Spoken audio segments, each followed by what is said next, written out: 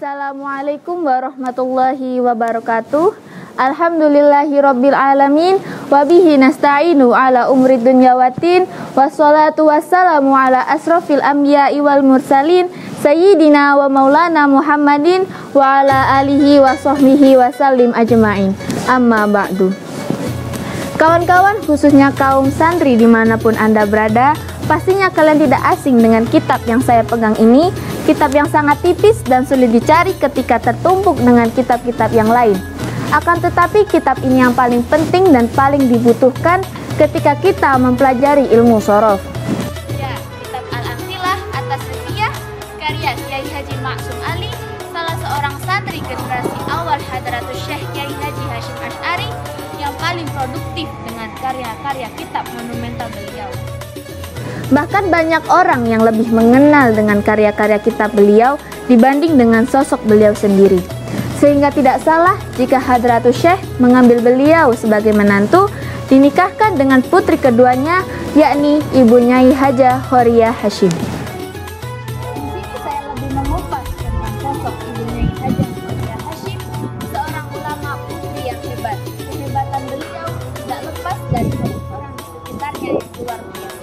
Pada masa-masa awal berdirinya pesantren Tebu Ireng, seperti lazimnya perempuan pada masa itu, Nyai Khoria kecil tidak bersekolah di luar seperti adik-adiknya yang laki-laki yang mengembara ke pesantren satu ke pesantren yang lain. Akan tetapi itu tidak menyurutkan semangat beliau untuk tetap belajar. Justru dengan keberadaan beliau di rumah, beliau bisa secara langsung mengikuti pengajian-pengajian yang diadakan Hadratus Syekh kepada para santrinya. Melalui sistem bandongan dan sorogan, beliau dapat mempelajari Al-Quran dan kitab-kitab salaf lainnya. Mulai usia 5 tahun, Nyai Khoria sudah mulai belajar dengan ikut mendengar di balik satir dan di balik kamar. Saat pengajian ayahnya diberikan kepada para santri putra, karena pada saat itu belum ada pondok pesantren putri. Dilihat dari situasi belajar dan kondisi Tebu Ireng yang dikenal dengan daerah kurang aman pada saat itu, membuat pribadinya Nyai Khoria teguh pendirian dan tidak mudah menyimpang dari ajaran agama. Saat usia Nyai Khoria Hashim sudah matang untuk menikah, beliau dinikahkan dengan salah satu santri Hadratus Syekh dari Gresik, yakni Kiai Haji Maksum Ali. Selain menjadi istri, beliau juga menjadi seorang murid dari Kiai Haji Maksum Ali. Sehingga Nyai Khoria bisa memperluas berbagai macam disiplin ilmu, mulai dari tafsir, fikih, hadis, usul fikih, tasawuf, tauhid, balaghah, mantik, dan lainnya.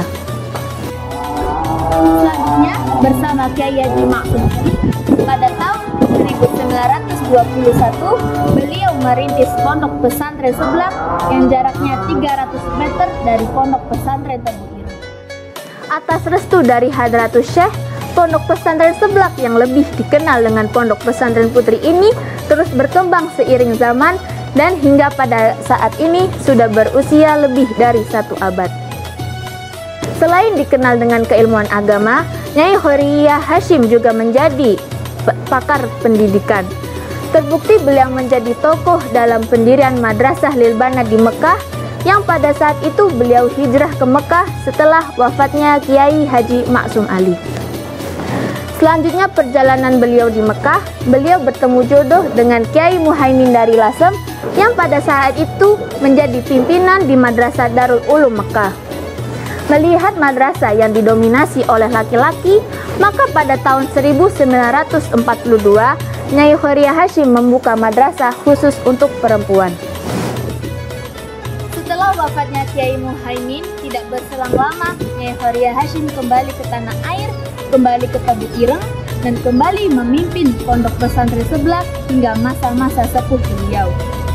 Itulah sedikit kisah tentang sosok seorang ulama perempuan Nusantara, Ibu Nyai Hajah Khoria Hashim. Patokan minimal seorang santri atau seorang pelajar adalah pikiran yang kritis dan semangat yang Itulah kata-kata motivasi dari beliau yang digunakan santri pondok Seblak hingga saat ini. Demikianlah yang bisa saya sampaikan. Kurang lebihnya mohon maaf. Apabila ada kata-kata yang salah, mohon dimaafkan. Wassalamualaikum warahmatullahi wabarakatuh.